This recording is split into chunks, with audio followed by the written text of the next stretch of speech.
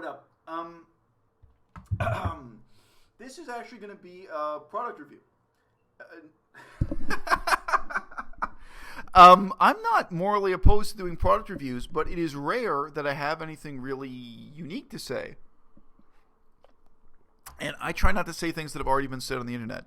As you're about to see, I've been through a lot of different vegan protein products lately. And the fundamental reason is that these guys keep changing their recipe. So this is Vega Sport. They change their recipe for what this stuff is made of approximately once a year. Oh, gee. Oh, I can move the books around and have this on camera. All right, yeah, this will work. So almost anything that people tell you about this product goes out of date really quickly. If I had made a review of this 2 years ago, it would be completely different from last year or now. I can remember about 3 years ago, they had a recipe that really worked for me. But just before that, it was completely different. They made a big change. This is a protein supplement that actually used to be hemp-based. So I'm guessing that was like 4 years ago now. Then they got rid of the hemp. They switched up the ingredients. And since then, they have both reformulated this every year, and they have reformulated the competing products that go along with it. So the bad news for me is I could digest last year's formula fine, and this year I can't. There's no point in my getting into the details, but it's a mix of pea protein and pumpkin seed protein, a bunch of other stuff. And the bottom line is, for me, subjectively, it's impossible for me to figure out which ingredients or what it is about the processing or the method that makes it indigestible. Last year, this brand was a good brand for me. This year, it isn't. But it's more complicated than that. Because, for instance, at the same time, they put out a competing product. This is the same brand, Vega, but this is their protein and greens product.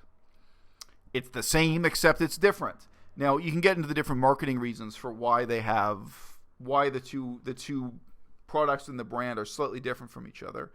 I really tried to make this work for me, but I can't digest it. I'll say a little bit more about my digestion. Again, I don't universalize about these things. It's recently come up. If you have Crohn's disease, don't come on the internet and give people advice as if your own digestion, as if your own situation is normal. If you have celiac disease, don't come on and give advice as if the same problems you'll have for everyone else is normal. And these guys, though, so this is the current formula. And again, this stuff would have been different last year or 2 years ago. So any review you're going to get for this brand, Vega, there's almost nothing I can say except try it for yourself once every year and a half and see if it works for you, if you're interested, if you find it at a good price. Because it might be a good product for you, or it might be terrible. Out of their current line, this is the one that I can digest. But here's where it gets tricky. All right.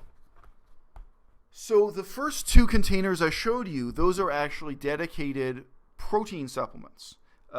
Protein plus greens, has a few other vitamins in it. But this is different. Vega One is meal replacement and vitamin supplementation. So this is not just protein. This is trying to provide you with all of your vitamin D, vitamin K, vitamin B6, vitamin B12, magnesium, little bit of selenium, not enough selenium, actually, iron, calcium.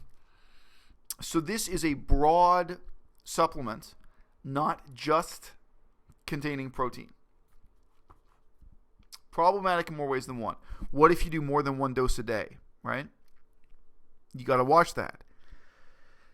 So this I can digest. Again, who knows why, the difference in the ingredients list or how it's processed for the type of protein you're getting. But this contains a mind-altering drug called matcha.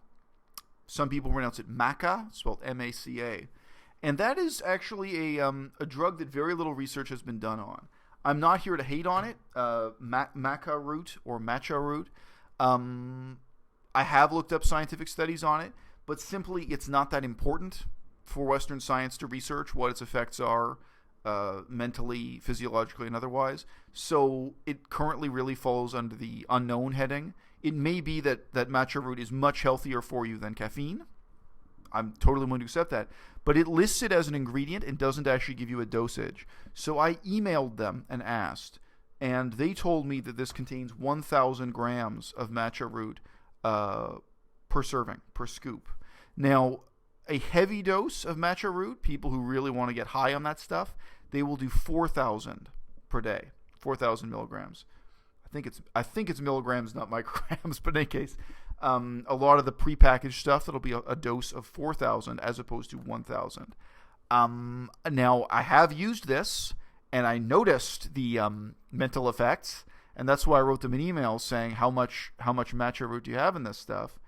I kind of like caffeine. If you just used it before going out on a Saturday night, I think you'd have no problems. I do think it is a mild mind-altering drug, matcha root. But is that something you want to do 7 days a week? My answer is definitely not. And some people, of course, feel that it messes up their sleep pattern or has other negative effects on them, or could have, just emotional effects. Anything that's a stimulant. Matcha root, most of the scientific studies I saw were on its effects on memory. It actually made your memory perform better. Your ability to recall things of the past, your ability to learn things of the future. Bottom line, is this something you want to be playing with? Maybe you want to play with that 1 day a week, maybe 1 day a month. I do not think anyone should be taking this as a daily supplement. That's my honest opinion. But you can try it. And as I say, out of the Vega line this year, that's the only one I can digest. And I don't want to use it because of these other reasons, the other stuff that's in it. Now, only for this reason, this stuff is starting to really stack up here. This year, I've ended up trying a lot of other brands because these guys kind of let me down. Roughly 1 year ago, I could just buy their normal plain protein and I could digest it okay, and that was no problem for me. They changed the recipe, as mentioned, and now I had to mess around with other stuff. I doubt anyone outside of Canada will know this brand. Here's Manitoba. Manitoba Harvest Organic Hemp Protein. I can't digest it. It's not again, I do the normal thing. All this stuff, put it in a blender with bananas. If it works for you, I'm happy for you. It's not cheap and it's not easy to digest. Again, I have absolutely no explanation. This is a straight brown rice protein. There's no point in even really mentioning the brand, but this is just a straight organic sprouted brown rice protein concentrate with no other ingredients, nothing else to mix it up. Probably this would be fine to bake with. A lot of people use this stuff in like baking muffins or making some kind of high protein bread, but putting that into a glass of water or putting it into a smoothie, I can't digest it. You get into mind tricks with yourself. I wanted to believe in this brand. This is IronVegan. What a concept. I bought this because the vegan brunette endorsed it. And if you live in Canada, the price is pretty good for the quantity. There's a lot of quantity in this bag. The price at the counter is not cheaper than the other brands, but I think it's full kilogram instead of 750 grams or 800 grams. So the value for money in Canada is okay. I can't digest it. And I really wanted this to work out for me. The ingredients list looks good. Again, brown rice protein, has some quinoa in there, has some millet and pumpkin seeds. I wanted to believe in this product, but if I used this, I would have indigestion all day. Results may vary. I'll mention something about my own digestion. I can't universalize. This is just why I've tried so many products this year. It's ridiculous. And last but not least, when I had really given up hope, I finally found one brand. This is also made in Canada. This is Genuine Health Vegan Proteins Plus. They make two different vegan proteins products.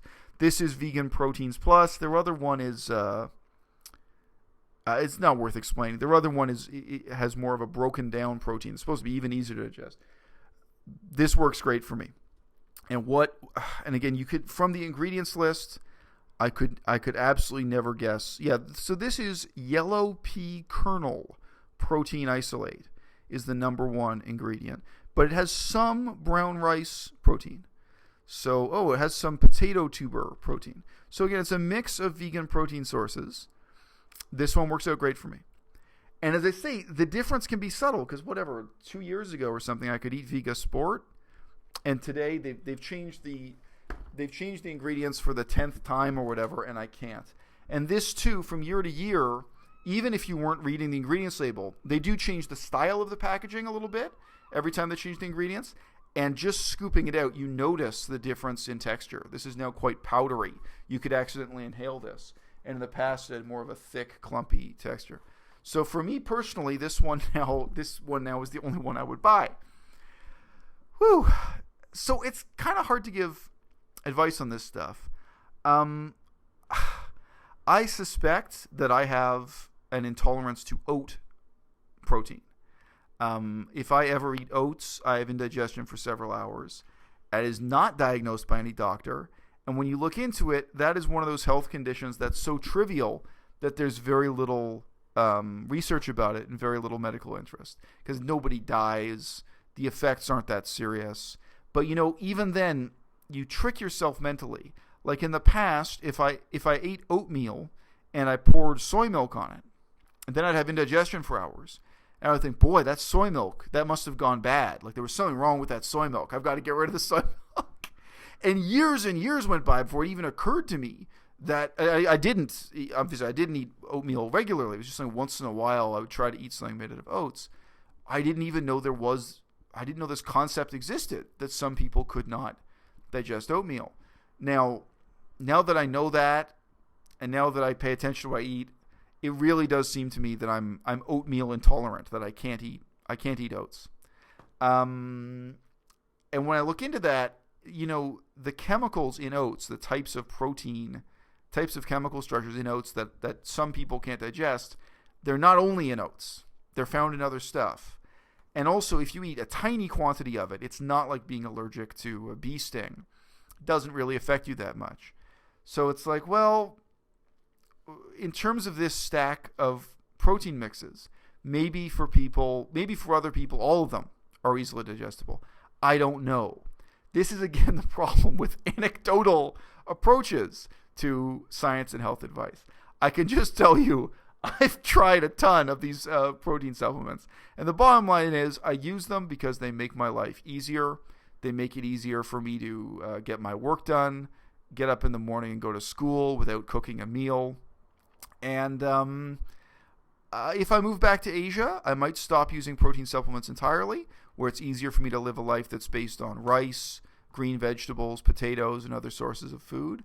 But here in Canada, boy, let me tell you, I am really dependent on this stuff in my diet, and I don't even have access to some of the soybean products that I had in Europe. In Europe, there's excellent yogurt, vegan yogurt, made out of soybeans and other stuff.